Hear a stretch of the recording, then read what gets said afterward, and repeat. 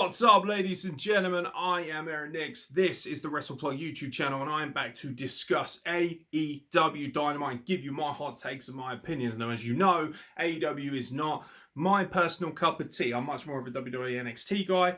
I'm out in front with that, but at the same time, I am going to do my damnedest to try and cover Dynamite for you, particularly in a lockdown era where things are difficult. And I'm all about impartiality. So I thought I'd give AEW Dynamite another try, and I watched it this week.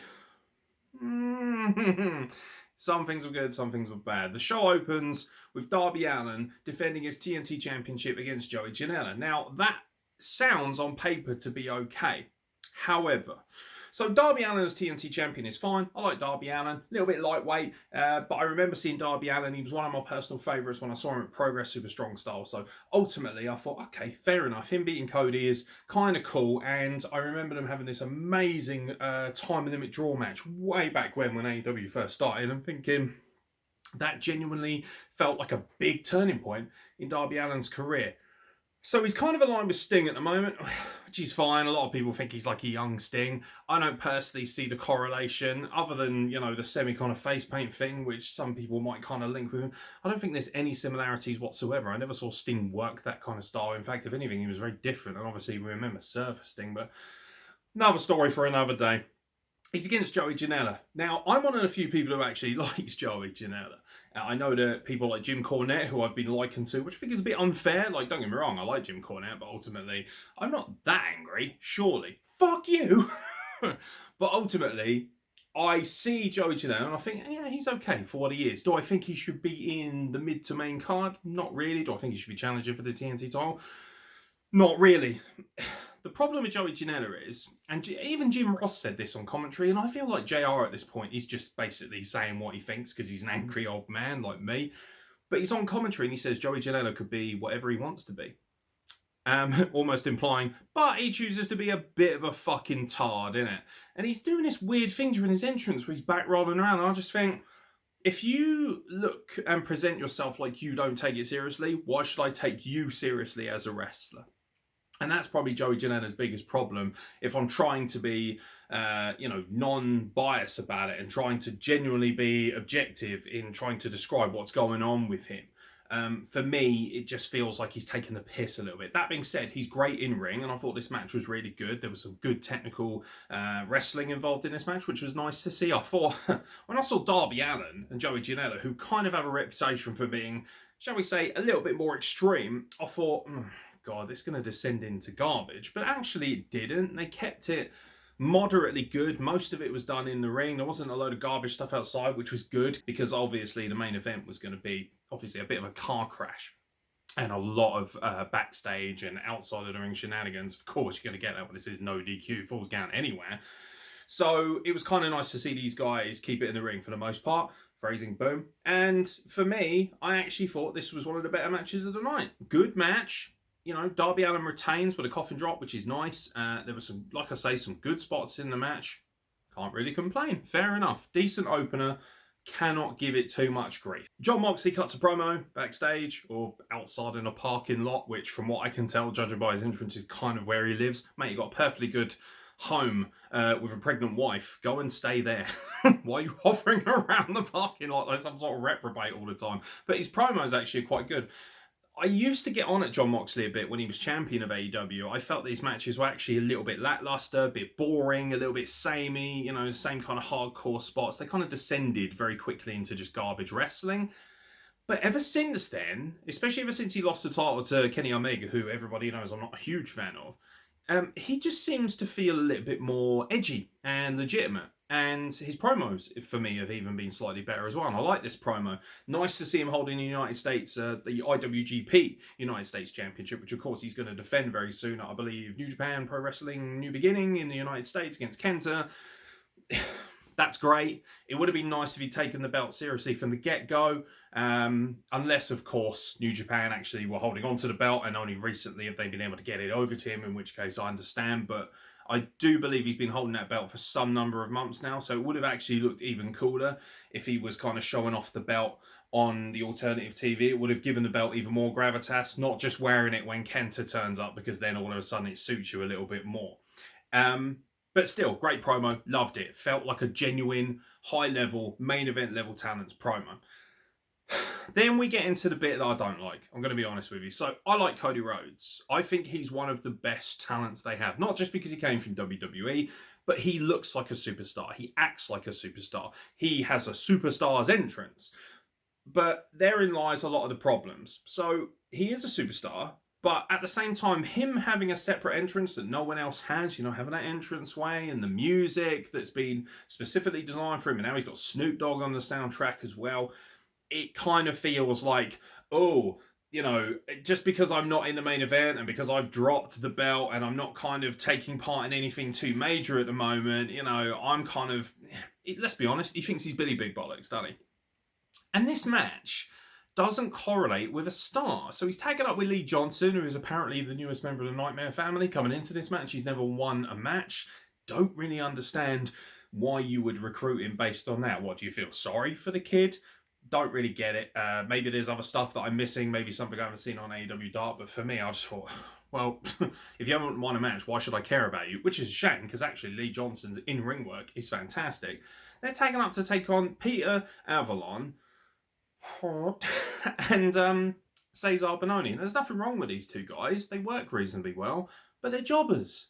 Let's be honest, they are. They're jobbers. Cesar Bononi, by the way, was a kind of like a discarded guy who didn't work in the NXT product. So if you're a general wrestling fan, or if you're a Smark or a Smart Mark, or whatever you want to call it, and you see him and you recognise him from NXT, you're thinking, well, automatically, I know that you're a bit of a jobber and that you didn't quite cut it in NXT, which I actually thought was a bit of a shame. I was quite a big fan of his in NXT. And now he's out here acting like he's the mega powerhouse and muscling everybody over. And again, I harp on about it. Inconsistencies and logic. Consistent booking with a logical twist, even if it's in a kayfabe standpoint where you know, in the craziest wrestling world you can imagine, can really make a difference. This match doesn't make any sense. If Cody's this huge star, why is he pissing around with a scrub? And I know what AEW fans are going to say, especially their big old fucking toxic marks. They're going to say, yeah, he's fucking putting over young talent, which is what he should do. No, actually, you shouldn't do it all the fucking time. And from what I can tell, he spends... Why is he wrestling Peter Avalon again? A couple of weeks ago, I saw him wrestle Peter Avalon. I don't care. I like Peter Avalon, but he is, at best, an undercard gimmick. He's a hilarious jobber. I have seen hundreds of guys like Peter Avalon who are good wrestlers, who have a reasonable gimmick, but ultimately they have a very low ceiling for a reason. And Peter Avalon is one of those guys. And the Pretty Peter thing, you know, arguably the highlight of his whole gimmick is the fact that he's at ringside in a love heart-shaped bed. And I didn't realise that that would actually come into play a lot more later on. But this match was fine, but I didn't care. Why should I care? It's random guys and Cody Rhodes, as far as I'm concerned. Lee Johnson picks up his first ever win. Little things annoy me. He doesn't sell the move. You know, Cesar Bononi picks him up, slams him on the floor, and then immediately kind of pretty much like, 5 seconds later, he's rolling up Peter Avalon. I'm thinking, okay, so what you're essentially saying is that move was shit and he didn't do anything to you. Like, a little bit more selling. I know I sound like an old man, but pacing...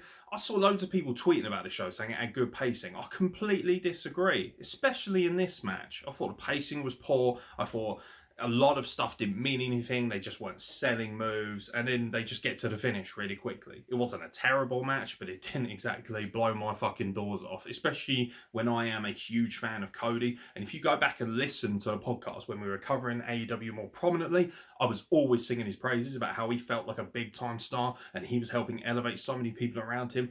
And then all of a sudden with the TNT Championship stuff, as soon as he got near Orange Cassidy and all that nonsense, it just sort of flitted out for me, and it started really dissipating. They're setting up some weird angle as well. Lee Johnson gets on the mic with Tony Schiavone, who is fucking awful, by the way. I'm sorry. People acting as if this guy's a legend. No, he's not. Bobby Heenan used to carry his ass all the way through the late 90s, and he doesn't add anything to the product now, and he can't even shout "It's Sting" properly like he used to. Like, I don't care. But he's interviewing Lee Johnson. Lee Johnson says, yeah, thanks to the Rhodes family and the Rhodes family only. And I know it's QT Marshall, who apparently has a hand in training these things. It's just such a pointless gimmick and a pointless kind of storyline feud. I'm like, I don't care about QT Marshall either. Also, the Nightmare family. Are you a good guy or are you a bad guy? you come out with Lee Johnson, you got Arn Anderson in your corner, who, by the way, Arn Anderson's son was at ringside and looks the spitting image of him as a young man. And I tell you what, if he can go like his dad did, I'm much more excited about seeing this guy wrestle than I am Cesar Bononi and Peter Avalon, if I'm being genuinely honest. But he's, I don't give a fuck about this rivalry. Why do I care about QT Marshall? I love Dustin Rhodes, right? And he had that incredible, for me, 5-star match with Cody many, many moons ago. I think it was at Double or Nothing on one of the big pay-per-views. But I just don't give a shit about the Nightmare family. They feel like an entity. They feel like the Kardashians of wrestling. Yeah, sure, they've got some star power. But ultimately, they're a bit stupid. They're way too shiny. Loads of them have got fake tans. And I don't fucking give a shit if they're on my TV or not. And I'm not going to waste 10, 15 minutes every single show watching their shtick. And I sure as hell do not care about watching him wrestle Shaquille O'Neal, big old Shaq and Jay Cargill. And of course he was going to tag with Brandy. I appreciate now that they're having a child that Brandy can't get involved in that. But Red Velvet, if that doesn't scream our women's division is shit, then nothing will. Because you brought in Red Velvet. Nothing wrong with Red Velvet. She's not a star though. Nobody knows who the fuck she is. Don't try and act like you do. Unless you watch the product regularly, especially AEW Dark. You've got no clue who Red Velvet is. You're like, who? Why is he tagging with her? I don't know, because she's the closest we could get to Brandy Rhodes. She'll probably work better than Brandy Rhodes, though, to be fair. But this rivalry sucks. It's such a cheap cash grab. I see all you AEW fans out there. Bad Bunny this, Bad Bunny that. Dude, you got Snoop Dogg. And, why is it okay for Snoop Dogg to be running around and for Shaquille O'Neal to run around? But as soon as WWE bring in Bad Bunny, oh, yeah, they're fucking shit. Oh, celebrity involvement. That pisses me off. There's a lot of double standards going on here. I've got no time for this bollocks. By the way, the backstage stuff, not bad. Some of it was okay. Can we get to the point with Sammy Guevara, please? Because even I know that you have taken an age to fucking get him to leave the inner circle. But even then, it doesn't feel like a resolution. He's backstage with MJF. He says, look, can I speak to you in private? MJF tries to record him. He sucker punches him, smashes his phone. Rightfully so. I feel like that's a good reaction.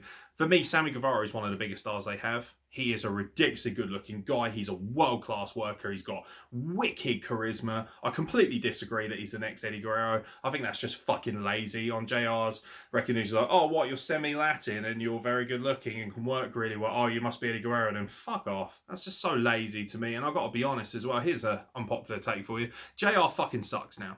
Okay?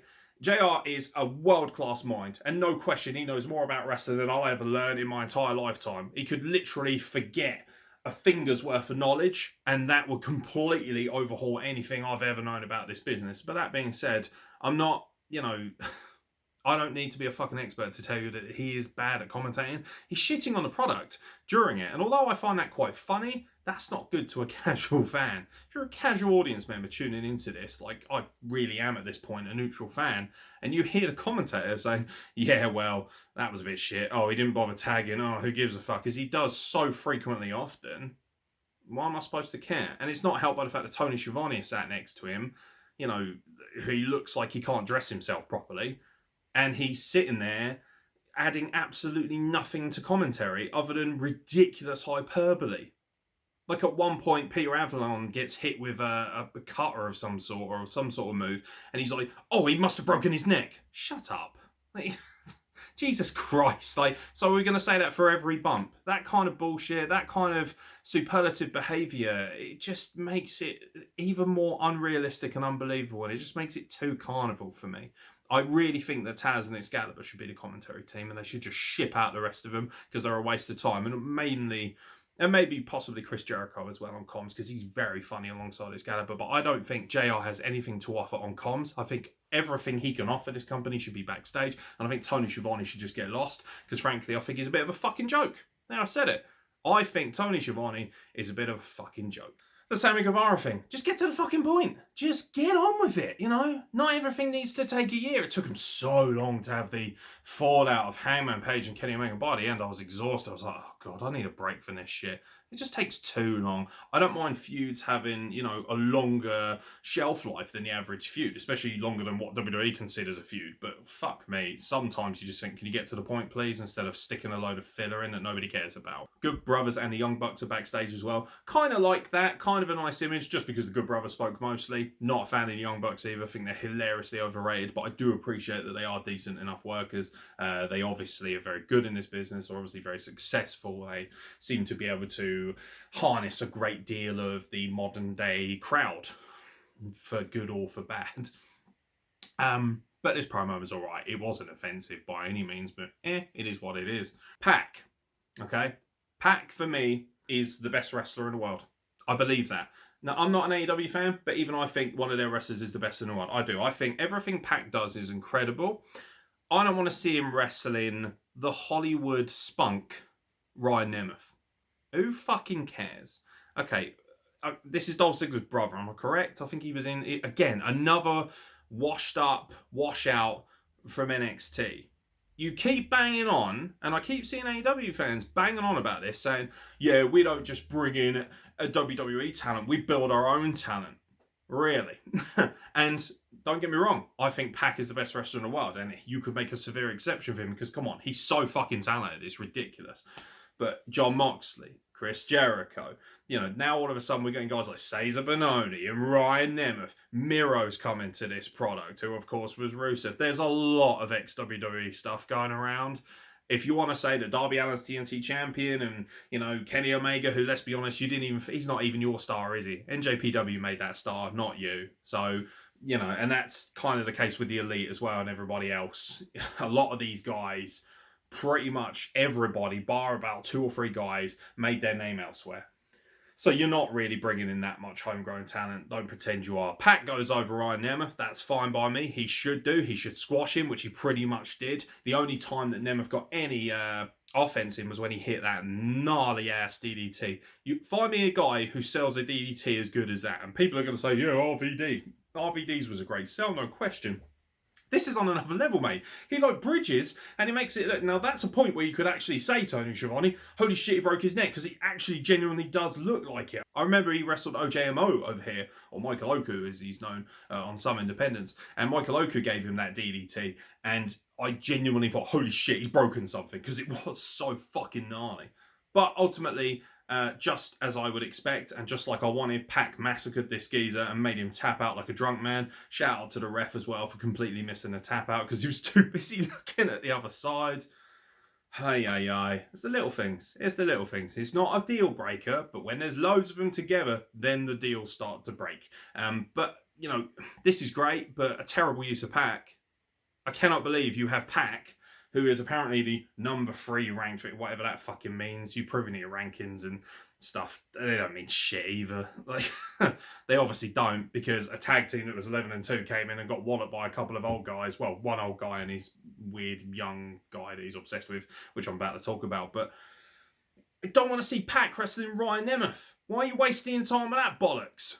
The equivalent of that would be, ladies and gentlemen, this week in the Attitude Era on WWF Raw, we've got The Rock versus Funaki. No, absolutely not. Rubbish. Do better. Pac is one of the greatest wrestlers of the modern era. If you cannot find time to put him in major rivalries or have some form of gold around his waist, you are doing everyone around you a disservice. And by the way Pac worked this match proved that he is easily the best worker in this company. It wasn't just a load of spots for the sake of it. It was slow-paced at times, but then it was explosive. And every time he did something wild or gnarly, he let people admire it. He let it breathe. He would take time to look and survey the damage, as you should as a character as well. And his facial expressions were world-class. Even when he took that DDT, it wasn't like, right, quick, do another spot. No, it was such a gnarly sell. He rolled out of the ring to make it really, really look effective, as if to say, holy shit, Nemeth did something pretty nasty to this guy. That, for me, is the level of professionalism that is sorely lacking so many talents in this company. Pac is world-class, and even then, I sat here and thought, come on, you can do better than that. On to the tag team shenanigans. MJF and Chris Jericho are apparently a tag team. Now, there's nothing wrong with this match, But I'll tell you what pisses me off. So it's MJF and Chris Jericho versus The Acclaimed. Apparently MJF and Chris Jericho are the #1 contenders for the Young Bucks tag team titles. In a company that has Proud and Powerful. In a company that has the Lucha Brothers, that has the Good Brothers working for them from Impact. In a company that has Private Party, who are currently working on Impact. You've got SCU and Butcher and the Blade. You've got the Hybrid too. You've even got Chaos Project, who are shit, but they are a tag team. And yet, you want to make Chris Jericho and MJF the #1 contenders for your tag titles. And yet, you wonder why people like me get pissed off. Come on. Do fucking better. 2 years ago, Proud and Powerful, aka LAX, were the best tag team in the world. They are now reduced to just being cut-rate jobbers who swan around with the Inner Circle, which, by the way, also sucks dick now. That's boring too. I'm so tired of that. And I love a lot of the guys involved in it. And, you know, ultimately, this whole thing was just a vessel for the Inner Circle. Now, The Acclaimed, gotta say, big, dirty thumbs up for these boys. They're fucking great. Their entrance, immediately I was like, I like you boys, your money.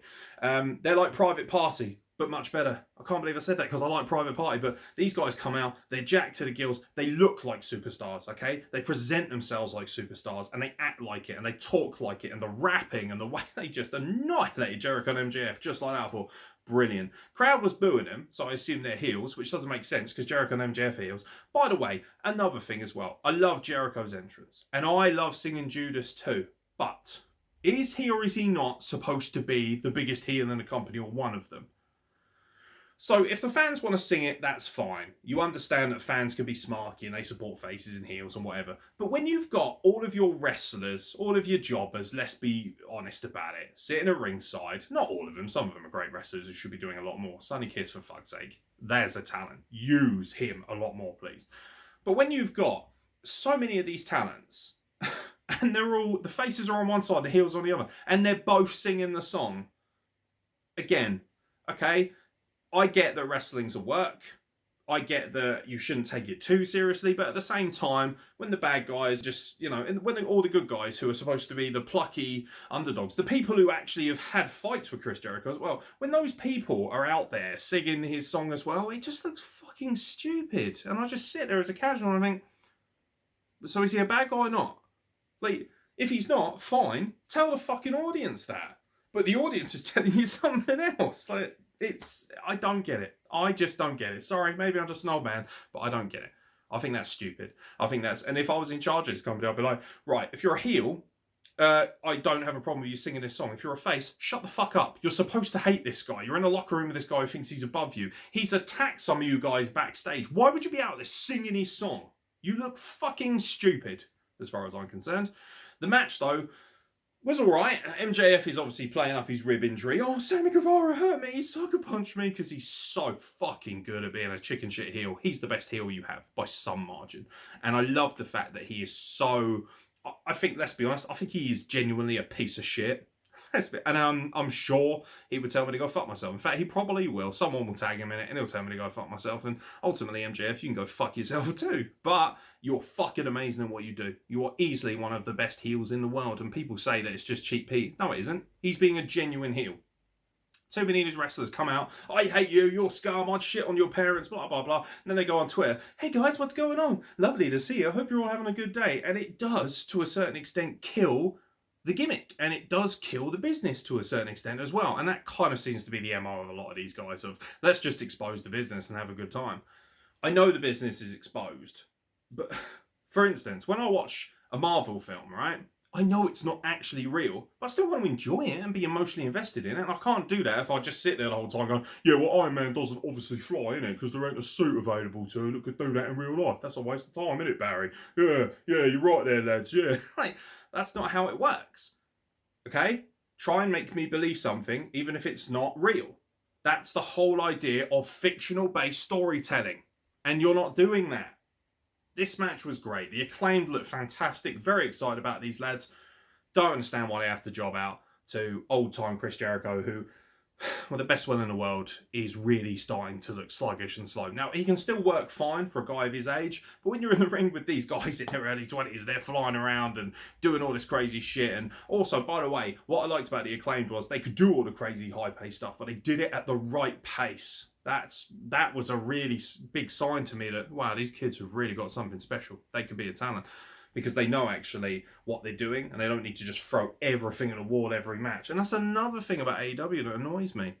Why do I need to see every single one of your moves in one match? No. Save something for pay-per-view. Save something for other matches. If you throw everything at me, what's the point of me buying a pay-per-view? What's the point of me watching you regularly every week if you're just going to come out and I'm just like, oh, that move's amazing, but I've seen you do that every single match, you know? Try and save a little bit. Hold some stuff back. There's very much an attitude, oh, can I get my shit in? You can just tell that backstage, like, oh, can I get this in? Oh, can I get that in? I've been in a room when matches have been created. I've been part of matches myself when they've been created, and I've said, hey, do you mind if I do this or maybe this? But only if it makes sense. A lot of this stuff doesn't. They just throw it in for the sake of it. But that being said, I did enjoy this tag match for what it was. Didn't enjoy all the inner circle bollocks and them getting involved, and I'm over it now. I really enjoyed them. I was there when they first came together. I loved it. And it just feels like it's been a gradual decline, like a lot of the stuff I've seen in AEW, and that's why I don't watch it as regularly. But I am pleased that Sammy Guevara has left. Sammy Guevara comes out, he says, I told you, Chris, one more fucking instance of bullshit from this guy and I'm out. And that's exactly what he does. He leaves and he puts the mic down, and quite a somber moment, because I love Sammy Guevara. Please do the right thing and push him to the fucking moon, because this kid is insanely talented and deserves to be right at the top of your fucking card. He does. There's absolutely no question of that. He's got the looks, he's got the style, he's got the talent, but also he's got the presentation, he's got the character. Love Sammy Guevara. I've got all the time in the world for him. Looking forward to seeing what they do with him. It's promo time, or should I say bollocks time. Matt Hardy earlier in the night invited Hangman Page to the bar. And then they're at the bar, he gets him drunk, and then he brings the cameraman along as well and gets him to sign a ludicrous contract where he takes... The new gimmick is that he's basically an indie promotion scumbag. And I've met a few guys like Matt Hardy's character who are like, yeah, sure. He's essentially the guy who will try and get you to work for free or for a hot dog and a handshake, you know? Because apparently we can live off of exposure. Nah, mate. But the gimmick is what it is, and he does that well. He gets Hangman Page drunk. Nice to see that Hangman Page is still doing the same shit he's always been done. That kid, again, is a massive, massive star, but he's going nowhere all the time that his gimmick is that he likes to get drunk. Sorry, but I need something more than that. And every time they have something fun, like they did with the Dark Order, or they have a little nuance or something, they then take it away, and... apparently he's now going to be part of Hardy's mega money faction for a while and working alongside him, and he's in a match next week. Whoop-de-fucking-do, Basil. Don't care. And also Matt Hardy feels like he's on the decline as well. And again, that's another ex-WWE guy, so stop acting as if you're fucking just building your own... In fact, he's kind of suffocating one of your major stars that you could argue you are growing yourself. By the way, the Sting thing, I'm over that too. Sting is my favourite babyface of all time. So nobody can say that I hate him. Sting comes out. I can do without Tony Schiavone and his puberty-esque screaming, hey, it's Sting! He's like broken his voice again. It's like he's fucking 12 years old seeing him. I don't think that's cool at all. Sorry, I'm not a fucking child. I don't pop for that anymore. I still pop for Sting to a certain extent. I don't know anyone in his business who looks as good as he does at 61. Also, why is he coming down the snow? What the fuck is that? You're in Florida. And even when it's cold, it doesn't snow often in Florida. That is fucking stupid. I didn't watch Beach Break in full, but if he was on it and he came out to snow, mate, somebody tell me whether that happened or not so I can laugh at it even more. But for fuck's sake, why does he need snow? Before he even gets a chance to say anything decent, why is he wrestling as well? He's in a tag match. He's going to be in a street fight. Him and Darby Allin versus, I think, Ricky Starks and Brian Cage, I assume, part of Team Taz, who, by the way, apparently aren't allowed on TV anymore. Are those guys exclusively backstage talents now? Every time I watch this, they seem to turn up on the Titantron. They did again here. They abducted Darby Allin and stuck him in a body bag. And instead of just bundling him in the boot and giving him a good pistol whipping like we used to back in the days, apparently they're going to drag him along the road. And this is where I just kind of went... fuck off. This is why I don't watch it regularly. Because it should be good. It should be fun. It should be exciting. But ultimately what happens is they're like, yo, Sting, yo, look what we've done. So Sting casually walks out with his baseball bat, and Excalibur on commentary goes, Sting is in hot pursuit. He don't look like he's in hot pursuit, mate. He looks like a 61-year-old man who's wondering what the fuck he's doing, and ultimately is only going backstage to cash his paychecks so that idiot dweeb Tony Khan, because that was trash. I just was like, bollocks. And apparently next week he's going to call out Team Taz. So he obviously doesn't give that much of a fuck about Darby Allin. So what he's just going to come out and be like, right, you've had a week. Where is he? Not, well, he got dragged off. Maybe we should call the police or something, or anything with a semblance of logic. Nah, see you next week, mate. I'll call you out and we'll see how we do. Fucking stupid. And the stupidity just goes one step further, because Kenny Omega, your champion, your marquee guy, is on the golf course, and for some reason a potato dressed as a man known as Alex has somehow followed him around and he's trying to clobber him for an interview. And Alex Marvez, right, a man who literally, like I said, he looks like Officer Barbrady. Jim Cornette's right there. He does. He looks like a potato who's had his features drawn on, okay? And he has the nerve to go out to Kenny Omega, who I don't even like, and say, what are you doing out here, mate? You got a big match later. Why are you playing golf? Why do you look like a giant fucking mango that can't dress himself? It looks like someone's grabbed the fruit bowl and put a fucking suit over it, bruv. What are you fucking talking about? Shut the hell up. And he's awful. How does this guy have a job? No offence, I don't want anyone to be out of a job, but he's shit. He's really bad. You've got Dasher Fuentes, who not only is actually good at this, has proven to be good at this, but he's also ridiculously fit as well. And you've got this giant fucking walking sack of fruit salad. Come on. And the segment was crap. The only thing that was funny about it was Don Callis in the background cheating to get a thing. And that's funny to a certain extent, but we're talking about your champion. And he looks like a joke. And he's dressed like an idiot. Why is he playing golf? Like, we know Kenny Omega's the whole idea of his gimmick is that he's like the cleaner, and he's not, though, is he? This is a shit version of the 2017 Kenny Omega we saw in New Japan, and I will not have people want to act like he's the best thing ever. He's fucking not. He's not even close to a marquee level star, and especially not presented like this. And then to make matters even worse, his entrance later on, holy shit! But I'll get to that in a moment.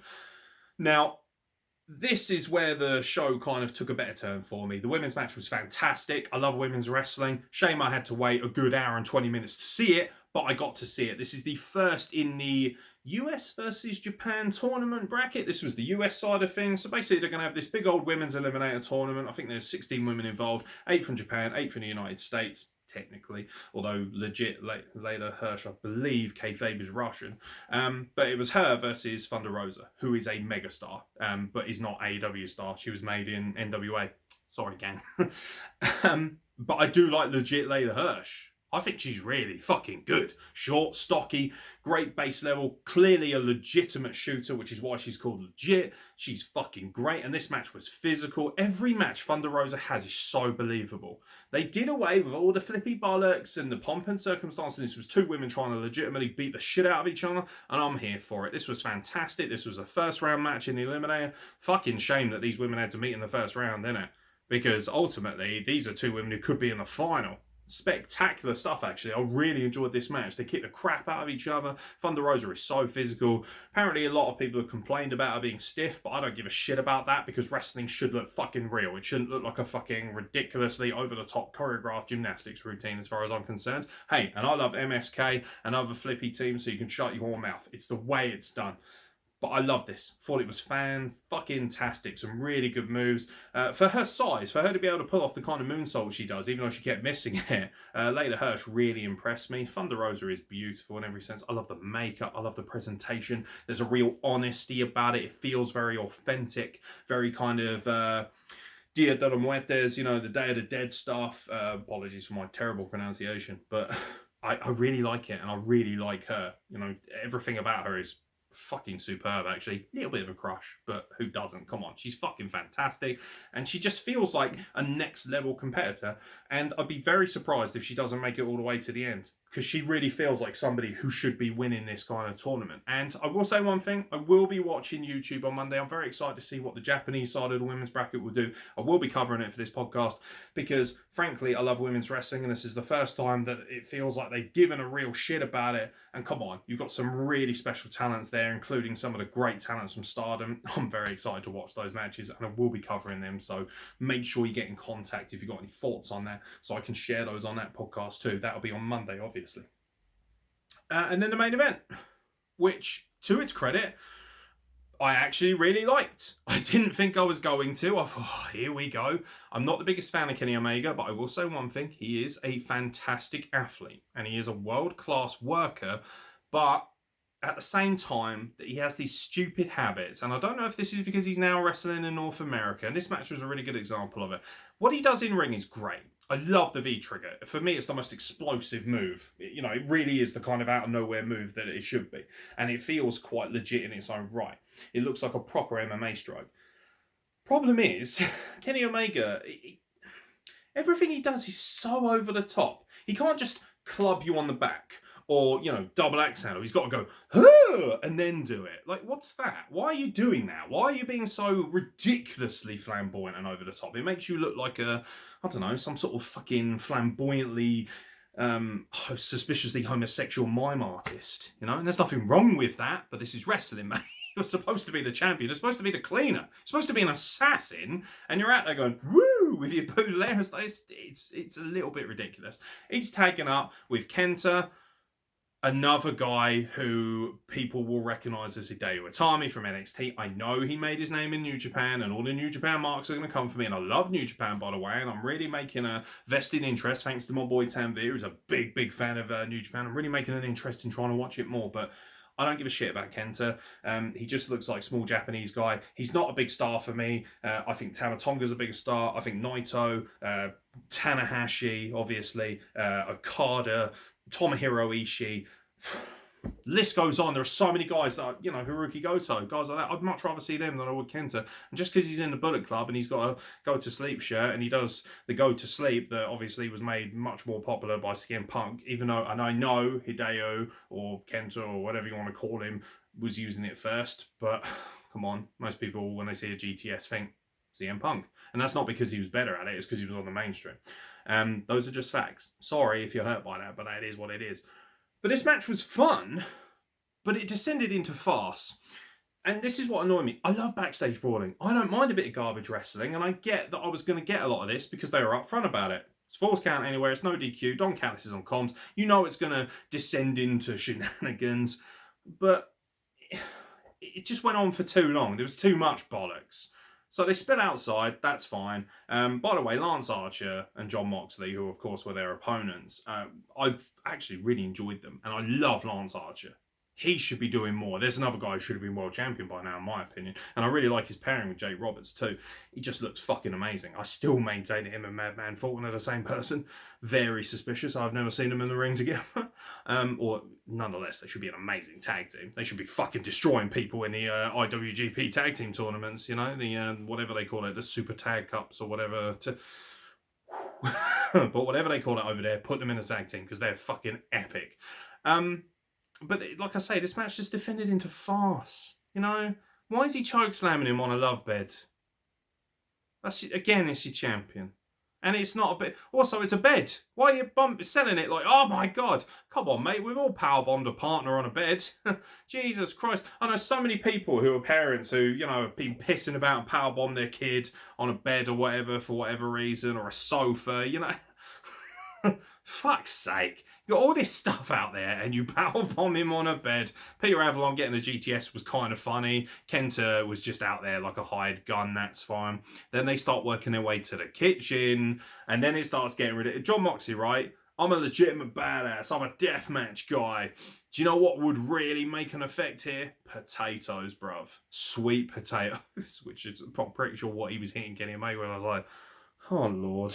You know, you go from DDTing someone on a kitchen worktop or a table, as Excalibur was taking the task for, and then all of a sudden he uses potatoes, and Kenny Omega's throwing a bin at Lance Archer, a plastic bin, and he's selling it like it's a fucking cannonball, and you're like, no, If you threw a bin at me, if someone threw a bin at me in any position in life, like that, a plastic bin, I'd smack them square in the fucking mouth and knock them out.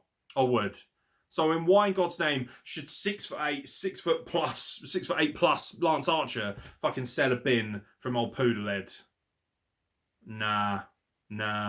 That being said, it was fun for what it was. It was a fun garbage brawl. When they got back to the ring, it kind of became a little semi-serious again, which was nice. Lance Archer was really starting to stand out as the next kind of big contender. Kenny Omega's title. I thought, oh, sick, yeah. Love to see him batter that little gibbon and get the fucking title, which he obviously won't. He'll have the job out, which is what he did in this match, because of course the Good Brothers got involved. Those lovable scamps. Like the callback to WrestleMania 21, goes for the choke slam. Carl Anderson counters it into the gunstone, which was cool. There's a bit of a schmoz, everything's going off, and boom, Kenny Omega eventually gets him up. One thing I did like, props to Kenny Omega for this, getting the Good Brothers to help him up on his shoulders because he's such a big guy. At least they put that over. See, Moxley isn't... Omega isn't terrible. I just wish he would be more consistent and less fucking stupid. And by the way, his entrance. The fuck is that? Why have you got two fucking random cheerleaders with brooms? Like, I know you're the cleaner. Broom, that's really clear. No. Can you imagine watching a Hitman film and he's like, some people call me the cleaner. And he's just standing there while he's doing that with a fucking bottle of flash. Go, yeah, cleaning the worktop. Get it? Cleaner. No. You just wouldn't do dumb stuff like that. You know, Kenny Omega just needs some refinement. And he needs somebody who's going to pull him aside and say, that looks shit, mate. Because if he did, he would probably look even better. Even the best talents need to be railed in from time to time. That includes him. But I did enjoy the match. It was fun. As soon as it ends with Lance Archer being hit with the one-winged angel, it's pretty much like, shit, we're out of time. Let's get out of here. There was also an edit during the match. It was clearly obvious that they taped a fair bit. That's fine. I don't mind that. But come on, make it a little less obvious. You then just ran a load of highlights and then had a fucking transition and boom. Oh, look, they're back out here now. Bad stuff. You'd expect that editing from me, not from $1 billion wrestling company. Still, mixed bag. There was some stuff I enjoyed. I thought the main event was fun. I love watching Pac work because he's fucking incredible. I think the Acclaimed are awesome as well. Will I watch it next week? Yeah, why not? But ultimately, a lot of it will depend on what you guys think. You know, you got to like the video, you got to subscribe, you got to leave your comments. If you want me to cover AEW Dynamite more regularly, even if I attack your favourite wrestlers and it upsets you to have a different opinion to, boo fucking who. I'm not going to change my opinion. That's how the Wrestle Plug works. It was a mixed bag. But if you guys want me to cover it more often, then I will. Because I do enjoy sitting down and watching some extra wrestling, even if it can stress me out at times. And to be fair, there was enough on this show to make me want to watch it again. But there was a lot on this show that also pissed me off. But like I say, ladies and gentlemen, if you want me to cover it more, you're going to have to let me know. Now, this Sunday is NXT TakeOver Vengeance Day. And on the review, we're going to be giving away a t-shirt or a piece of art. So please stay tuned for that. Like I promised, as soon as we hit 200 subscribers, we would give away one or the other. And we'll be picking it at random. So if you're subscribed, you are in with a shout of winning it, regardless of who you are and where you live in the world. However, if you want an extra opportunity to win, make sure you follow us on Twitter at WrestlePlug. And obviously you need to make sure that you are following it to get the extra one. It doesn't matter, you'll still have the opportunity like everybody else, but you might get an extra chance, which means you're in the hat twice to obviously win an item. But that isn't it. We have 213 subscribers right now. We could have 300 by the end of February, and if we do, we'll be giving away something then. And who knows, if we continue to get popular, if we continue to grow in terms of our subscriber base, I'm more happy to give away more stuff because we've got quite a bit of wrestling merch lying around here at WrestlePlug to us, and I would like to give it a brand new home. But for myself, Aeron Nix, that'll do for now. That'll do, pig. That'll do. Like I say, I've been Aeron Nix, ladies and gentlemen. Thank you very much for watching. Don't forget to like and subscribe. Of course, make sure that you hit the bell icon so you get notifications of all of our content going forward. And I'll catch you very soon for more content from the WrestlePlug.